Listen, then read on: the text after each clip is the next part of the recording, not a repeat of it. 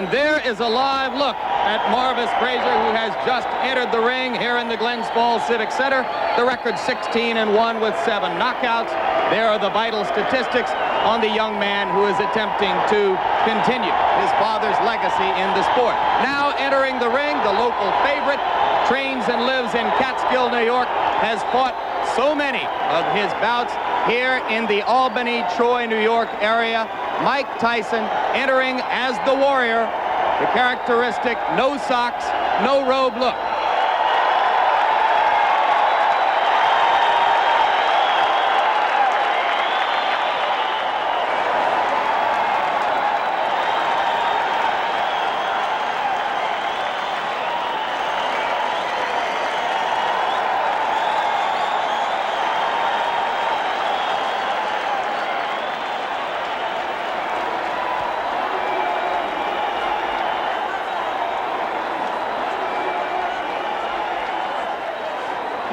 Joined by our ABC Sports boxing expert, Alex Wallow. Alex, how do you see the fight? Jim, in my opinion, it is not a matter of if Mike Tyson knocks out Marvis Frazier, but it's just a matter of when. I don't think Marvis is overmatched in this fight because of a lack of talent. Since being knocked out by Larry Holmes, he has reestablished himself as a heavyweight to be contended with wins, as we saw earlier, over the likes of Quick Tillis and Bone Crusher Smith. He can fight. The reason I and a lot of other people don't think he can win against Tyson is the fact that his style is made to order for Mike. Like his father, Marvis relies on pressure and stamina and intensity to beat an opponent, but that aggressiveness is just perfect for a bomber like Mike Tyson. Remember, as great as Joe Frazier was, when he faced a tremendous power man like George Foreman, he got bounced around the ring like a rubber ball. His pressure style was suicidal against Foreman, and I think that's the case here today with Marvis and Mike Tyson. As an amateur, Marvis did show ability as a boxer, and he does have that tremendous heart of a Frazier. And there are people who think that if Marvis can move and survive the early rounds, Mike Tyson will get tired and frustrated as he did against Quick Tillis. But Tyson is now confident in his ability to go 10 rounds, as we saw against Mitch Keenan. I don't see that as a problem. All right, very quickly, let's look at the tail of the tape. You will see that Frazier has a reach advantage of about 6 inches, which will probably be nullified if he comes forward toward Tyson, as we expect him to do. Round 1 is about to begin. The referee is Joe Cortez. In New York State, scoring is done by 3 judges. The referee does not score, scoring on the round system, supplemental 4-point scoring system if the rounds wind up even, and the 3 knockdown rule is in effect. Tyson comes out slugging. He comes out smoking like Marvis's father, Joe. Marvis must move or we're going to be out of here very, very quickly. Uppercut, and Marvis is hurt. Frazier is down. Joe Cortez moves in to have a look, and he's going to stop the fight.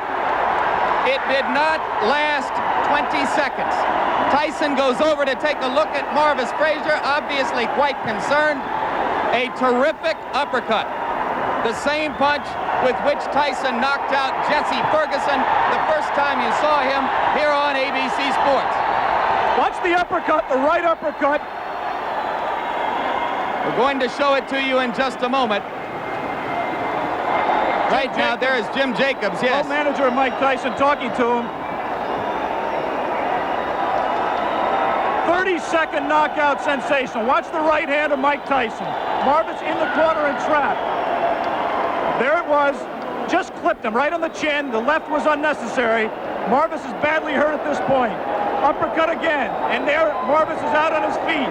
Everything after this is just incidental. The Frazier camp had expressed confidence before the bout. You wonder if they truly believed that Marvis could handle this kind of an attack. You see that stiff left hand, that jab that Mike has not shown too much. The jab backed Marvis up into the corner. A second jab kept him there for those right uppercuts.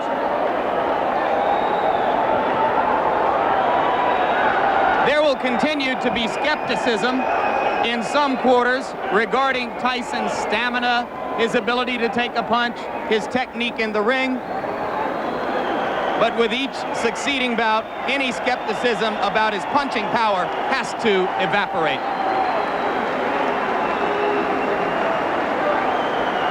And the good news is I believe Marvis Frazier is standing up. There's a big crowd in that corner of the ring. Mike Tyson is going back over there now. We'll take another look live at what is happening in the ring after you finish seeing this third replay of the very quick knockout. As ring announcer Paul LaFleur announces the knockout, Mike Tyson gives his respects to Marvis Frazier.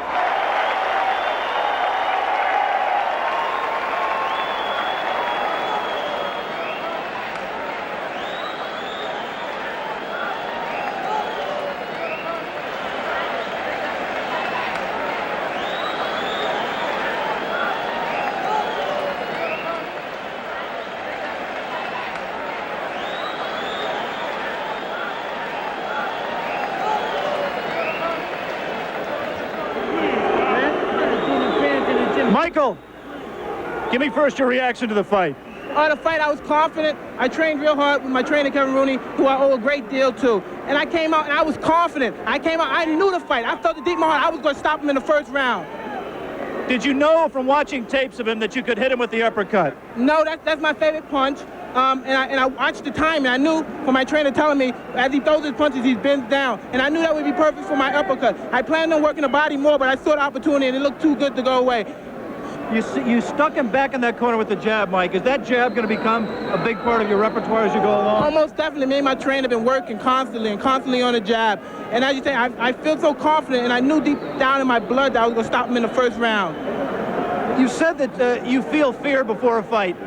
Did you have any fear for this fight, and how do you deal with that fear? Well, I use the fear to reflect it on my opponent, because fear I use as my friend. It's my friend. If I don't have it, I don't fight. In your mind, if your managers Jim Jacobs and Bill Caton and your trainer Kevin Rooney came to you and said, Mike, we think you're ready for a title shot tomorrow, would you agree with them at this point? Most definitely. Anytime if my manager and my trainers feel that I'm confident and they're willing to put me in the title and they're sure I could beat the champion, I'm sure I could beat them also. Of the three champions, who would you like to fight and why? I'd fight anybody my trainer put me in with, because I'm confident I could beat any fighter in the world. What do you think of the three champions? They're all good fighters, because you have to be a good fighter. You can't take nothing away from them to become the champion. But I'm confident, I'm ready, and I'm ready when my trainer tells me. Good, Michael. Let's take a look at the replay of the knockout. We can almost play the entire fight in slow-mo.